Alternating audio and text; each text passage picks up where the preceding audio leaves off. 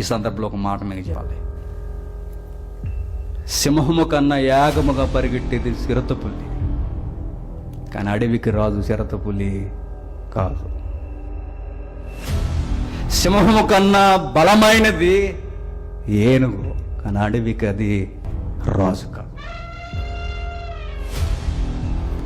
సింహము కన్నా ఎత్తైనది జిరాఫీ, కానీ అడవికి అది రాజు కాదు. సింహము కన్నా అన్ని విధాలుగా ఆయుధాన్నే గర్భం నుండి పెట్టుకుని పుట్టిన బలమైనది ఖడ్గమృగం, అడవికి రాజు కాదు.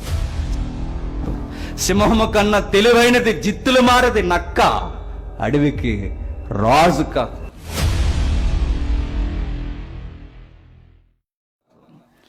కానీ అడవికి రాజు ఒకే ఒక్కరు, వేగముగా పరిగెట్టదు, అన్నిటికన్నా బలమైనది కాదు, ఏనుగు కన్నా బలమైనది కాదు, చిరుతపులి కన్నా వేగం దానికి లేదు, జిరాఫీ కన్నా ఎత్తు తనకి లేదు, నక్క లాంటి తెలివితేటలు సింహానికి లేవు. కానీ అడవికి ఎట్లా రాజు అయిందంటే తనను తాను నమ్ముకుంది. ఏమన్నా తెలుసా? నేను బలవంతురాలని, అడవికి రాజు నేనైనా మైండ్లో బ్లైండ్గా అది ఫిక్స్ అయిపోయింది.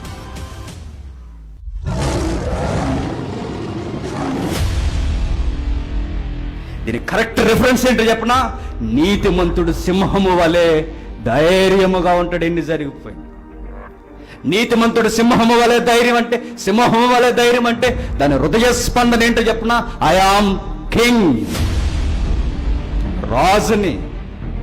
నీతిమంతుడు బెదిరిపోవడం, నీతిమంతుడికి ఎన్ని జరిగిపోయినా వాడు మైండ్లో ఉండదు ఒకే ఒక్కటే, ఐ మ్యాన్ ఆఫ్ గాడ్. అంతే, నేను దేవుని మనిషిని, దేవుని సేవకుని, నేను దేవుని కొరకు బ్రతుకుతున్న నీతిమంతుని. అందుకంటాడు నీతిమంతుడు సింహం లాంటి.